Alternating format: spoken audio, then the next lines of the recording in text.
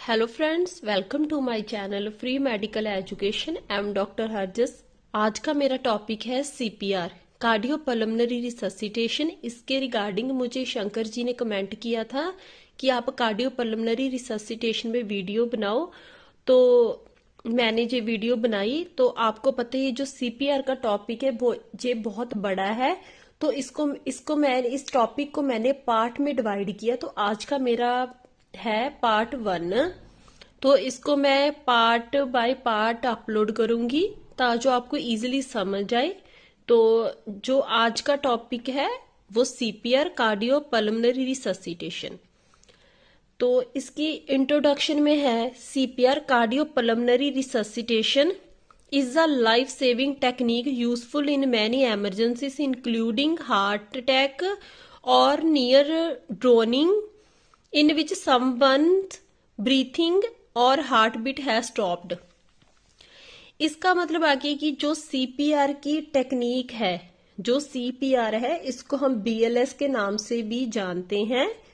तो इसके नाम से क्लियर है, कार्डियो, सी फॉर कार्डियो मतलब हार्ट, पी पल्मोनरी मतलब रेस्पिरेटरी, आर का मतलब आ गया रिससिटेशन।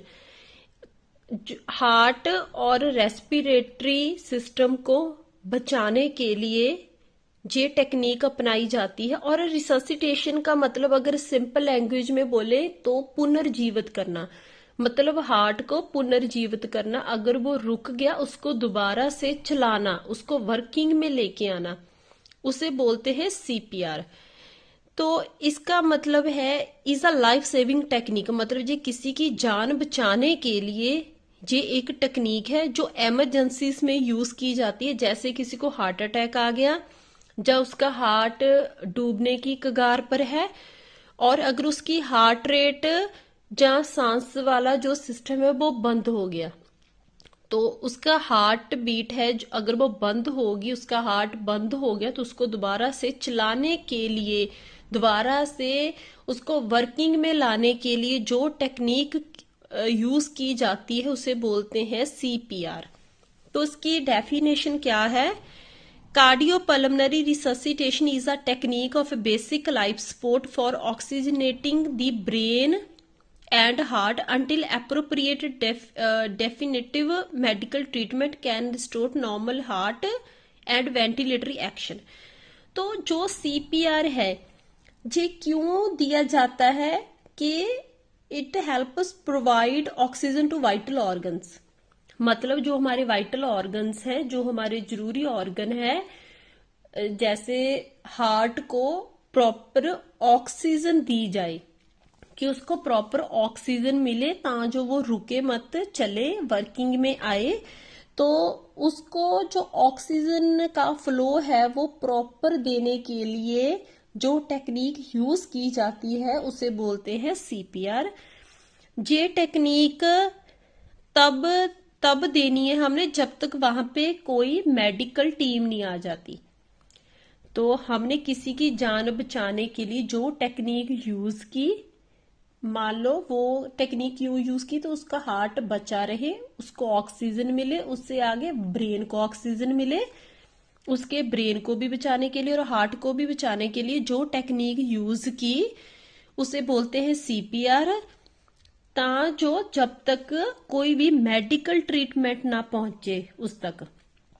तो नेक्स्ट है बीएलएस। तो बीएलएस का क्या मतलब है? Basic life support. एक वर्ड होता है एसीएलएस। दोनों में डिफरेंस मैं पहले क्लियर कर दूं कि जो बीएलएस है, कई पर्सन है जो बीएलएस और एसीएलएस को एक टर्म ही यूज करते हैं। इसका मतलब एक नहीं, इसका इसका जो इसकी मतलब डेफिनेशन है वो, ये दोनों बीएलएस और एसीएलएस दोनों डिफरेंट हैं। तो अगर सिंपल लैंग्वेज में बात करें तो बीएलएस है, बीएलएस का मतलब है कि हमने किसी की जान बचाई बिना मतलब हमने किसी की जान को बचाया, उसके हार्ट को बचाया, तब तक बचाते रहे जब तक वहां पे कोई ट्रेन्ड डॉक्टर नहीं आ जाता, कोई इमरजेंसी टीम नहीं आ जाती, पेशेंट को हॉस्पिटल से कोई केयर नहीं मिलती, जब पेशेंट हॉस्पिटल नहीं पहुंचा, जहाँ कोई वहां पे कोई फिजिशियन नहीं आ गया, कोई नर्सेस, कोई पैरामेडिकल स्टाफ नहीं आ गया, तो जब तक वो डॉक्टर्स नहीं आते, पेशेंट हॉस्पिटल में नहीं जाता या फिर हॉस्पिटल की टीम नहीं आती, जब तक पेशेंट को मेडिकेशन नहीं स्टार्ट होती उसको हार्ट को बचाने के लिए, तो उससे पहले पहले हमने जो टेक्निक यूज करके पेशेंट को बचाया विदाउट किसी मेडिसिन के, जहां कोई आउटर ट्रीटमेंट के बिना हमने पेशेंट की जान बचाई, उसे बोलते हैं बीएलएस। जो बीएलएस है इसकी प्रॉपर ट्रेनिंग दी जाती है। अगर किसी ने बीएलएस का और एसीएलएस का सर्टिफिकेट, हमें सर्टिफिकेट मिलता है इसका, तो इसके हम सर्टिफाइड होते हैं, जो कि 2 और 3 ईयर के लिए वैलिड होता है। तो बीएलएस का जो सर्टिफिकेट है, जो इसकी ट्रेनिंग है, वो कोई भी ले सकता है, जहां वो मेडिकल का स्टाफ हो, जहां मतलब वो नॉन प्रोफेशनल हो मेडिकल के। तो बीएलएस की जो ट्रेनिंग है वो कोई भी पर्सन ले सकता है, पर जो एसीएलएस है इसकी ट्रेनिंग मेडिकल स्टाफ ही ले सकते हैं, क्योंकि इसमें मेडिकेशंस यूज की जाती हैं। तो बीएलएस की जिसने इसकी ट्रेनिंग ली है, जहां फिर वो मेडिकल प्रोफेशन का नहीं है, वो भी इसकी ट्रेनिंग ले सकता है। तो बीएलएस में क्या है कि विदाउट किसी मेडिकेशन, जहां कोई बाहर से इलेक्ट्रिकल ट्रीटमेंट दिया पेशेंट के हार्ट को, उसके बिना, जहां डॉक्टर नर्सेस के बिना, हॉस्पिटल की टीम के बिना, कुछ भी हॉस्पिटल का नहीं इन्वॉल्व, कोई मेडिकेशन नहीं दी, उसके बिना जो हमने टेक्निक यूज करके पेशेंट की जान बचाई, उसके हार्ट को बचाए, उसे बोलते हैं बीएलएस। तो basic life support is a level of medical care which is used for patients with life threatening illness or injuries until they can be given full medical care. मतलब जब तक उसको प्रॉपर मेडिकल केयर नहीं मिलती, तब तक उसकी life को बचाना। बाय किसके आने से पहले? Life support providers, paramedicals, nurses, physicians. It can be provided by trained medical personnel such as emergency medical technicians and by qualified bystanders। तो इसकी जो टेक्निक है, जो इसका मेथड है बीएलएस का, जे कोई भी इसकी ट्रेनिंग ले सकता है, सर्टिफाइड हो सकता है।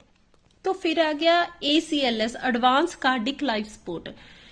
तो एसीएलएस का मतलब है कि जिसमें पेशेंट की जान बचाने के लिए हमने मेडिकेशन से यूज की, डॉक्टर्स आए, जहां उसको कोई वेंटिलेटर की सपोर्ट दी, उसको कोई डिफिब्रिलेटर दिया, मतलब कोई इलेक्ट्रिकल एक्टिविटी की उसके हार्ट की, तो उसे बोलते हैं एसीएलएस। तो क्लियर है ना, बीएलएस में कोई मेडिकेशन ही यूज होगी, कुछ भी नहीं हॉस्पिटल के रिगार्डिंग यूज होगा। सिंपल हमने ऐसी टेक्निक यूज की जिसमें कोई मेडिकेशन नहीं थी, कोई भी हमने पेशेंट को और कोई सपोर्ट नहीं दी, बिना किसी मेडिकेशन के हमने पेशेंट की जान बचाई। तो एसीएलएस में क्या होगा, सारी मेडिकेशन यूज होगी। कोई डॉक्टर जो हार्ट का डॉक्टर होगा वो उसमें इन्वॉल्व होगा। तो मतलब कोई भी मेडिकेशन यूज हुई, हॉस्पिटल के रिलेटेड कोई केयर पेशेंट को मिली, उसको बोलते हैं एसीएलएस। मतलब इसमें मेडिसिन से इन्वॉल्व हो जाती हैं। तो नेक्स्ट है एसीएलएस की डेफिनेशन।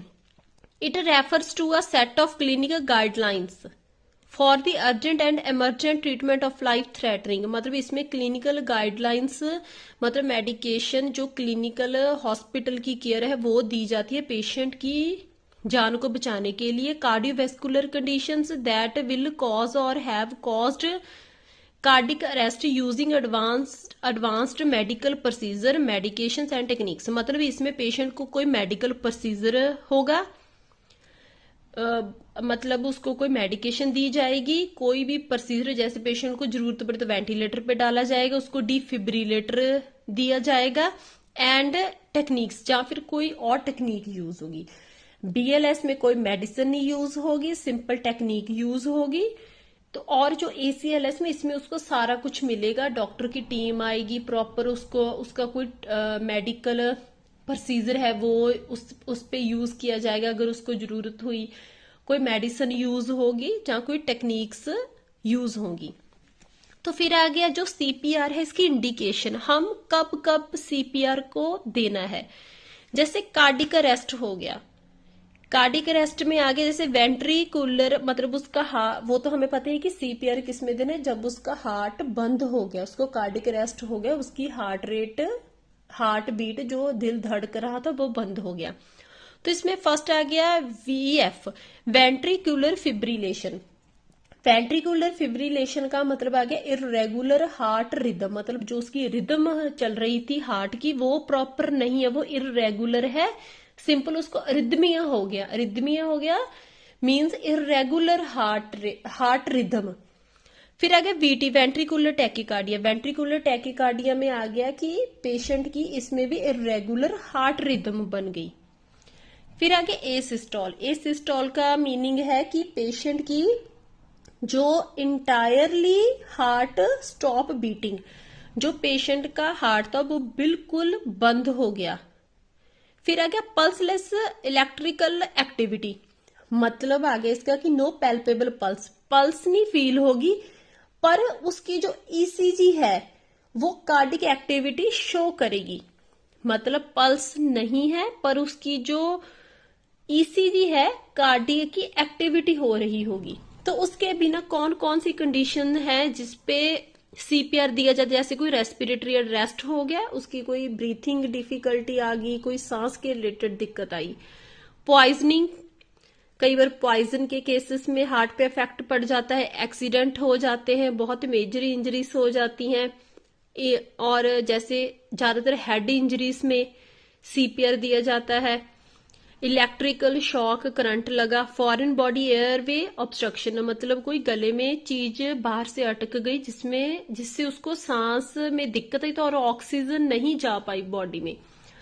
ड्रग रिएक्शन और ड्रग ओवरडोज, किसी पेशेंट को कोई ड्रग अडिक्टेड है या किसी ड्रग से इतनी ज्यादा रिएक्शन होगी कि वो उसके हार्ट पे इफेक्ट पड़ गया।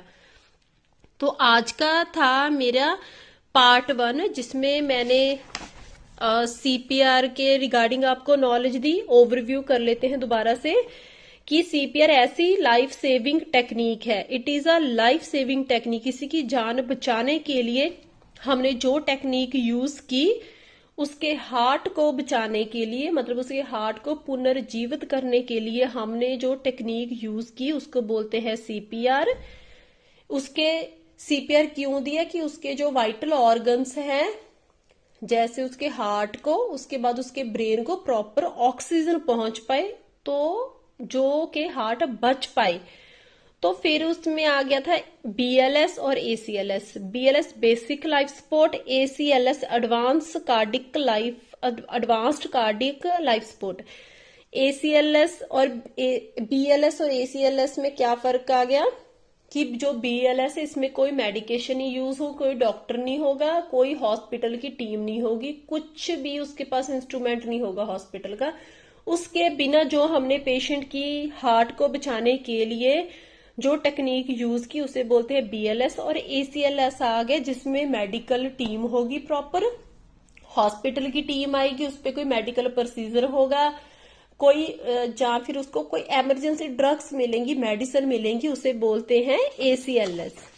तो फिर इसकी हमने इंडिकेशंस की थी, कार्डिक अरेस्ट, वेंट्रिकुलर फिब्रिलेशन हुआ, वेंट्रिकुलर टैकीकार्डिया हुआ, एसिस्टॉल, पल्सलेस इलेक्ट्रिकल एक्टिविटी हुई। या फिर किस में देते हैं, अगर कोई बॉडी में इंजरी हुई, कोई एयरवे ऑब्स्ट्रक्शन हुई, या फिर कोई और बॉडी में जैसे उसको इलेक्ट्रिकल शॉक लगा, मतलब इसके अलावा भी बहुत कंडीशंस होती हैं जहां पे सीपीआर की जरूरत पड़ती रहती है। तो आज का मेरा टॉपिक था CPR part 1। Thank you to all. अगर आपको किसी पॉइंट पे कोई डाउट हुई तो मुझे कमेंट करना।